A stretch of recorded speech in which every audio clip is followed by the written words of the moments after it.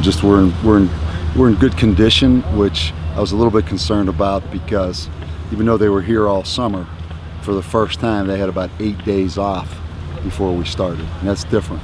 Normally we've gone right from off season, end of summer school, into practice. It's the first time we've had that kind of gap, which probably causes us to realize sometimes having a little bit of extra time off is probably a good thing. But I've really been pleased with the conditioning overall, I have to say. And just the seriousness of it, and the feeling of just the feeling of it. There's a lot invested in this. So those two things to me, the conditioning and just the overall seriousness of the whole thing to these kids. We talked about the fourth-year seniors in Vegas. Looking at the roster, I think Rich Jones and Ryan Santos are the only members of that class that redshirted that year. Garrett redshirted the next year. Yeah. But do you remember what the thought process was with Santos in particular? Not really. Santos was a guy, played like a nickelback in high school, good aggressive player, made a lot of plays. But I really don't. He's always been a guy, even when he's played in games here, he's aggressive. If you remember the first play against UTSA, I think it was, or in that first series a couple of years ago, he just about knocked himself out in the sidelines making a big hit. He's just never been able to put it all together yet. There's been a little immaturity early, some injuries that he's had to overcome. He's just never been able to put it together. But I tell you, he's by far in the best place he's been. He's grown up so much since he's been here, and he's a good football player. He's kind of a guy that nobody really's talking about right now, but he's going to be hard to beat out.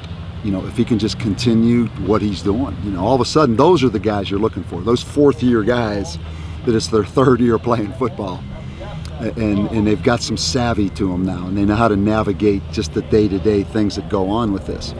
And he's in a good place right now. He really is. Can you just talk about, you said how big defense was going to be for 2015. Can you talk about, your secondary, and they're a little younger, but you got Cranston Jones out there being a captain. Can you just... Yeah, I don't really think we are younger. Yeah. You may look at the true depth chart and say, okay, we lost Saquon, we lost David Guthrie, but if you look at the history of the guys that are in the program, a lot of those guys have experience. We've taken some junior college players that we actually redshirted last year. Of course, we have Travis Green, the transfer from Kansas State. We brought in a couple more junior college players. We've got some guys back there that have played. Now, not all of them have been specifically in this system. They've played a lot of football. We're veteran enough back there now. We've got enough talent. We've got enough size. It's can we put this whole thing together? We've got enough pieces to the puzzle back there in the secondary, really for the first time. You feel that way about the corners? You're comfortable with it? Yeah, we'll see. The thing about the corners is, and all of us, it's when the live bullets go. But yeah, definitely, we have 7 corners right now, and we could probably take Gurgle from safety and make him a corner. And the attrition factor, and just staying healthy and all those things. This is the first time it looks like it's supposed to look. So for us it looks like an abundance. But for most it's just what it always has been. We've just been so undernumbered. But yeah, again though, the thing with the corner. Who's that guy that, all of a sudden there's that 6'3" receiver out there, and all of a sudden they're throwing it to him, like UNLV did a couple of years that came in here. Who's the guy that's going to cover the guy when it really matters in the game? Do we have that guy? And I would say that about our secondary in general. We've got a lot of guys who is truly going to emerge and separate themselves from the pack. But we do have a pack for the first time. It's who's going to emerge on this team and be the guy week to week, setback after setback, can keep going. Now that's where we are. I really believe that in the secondary. I wanted to ask about the off-the-field component of having camp here in Albuquerque as opposed to taking them away.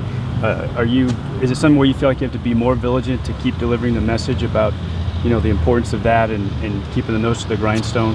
I don't think so. There's problems and issues and dynamics no matter where you go or where you are. It's just a different set of issues and dynamics.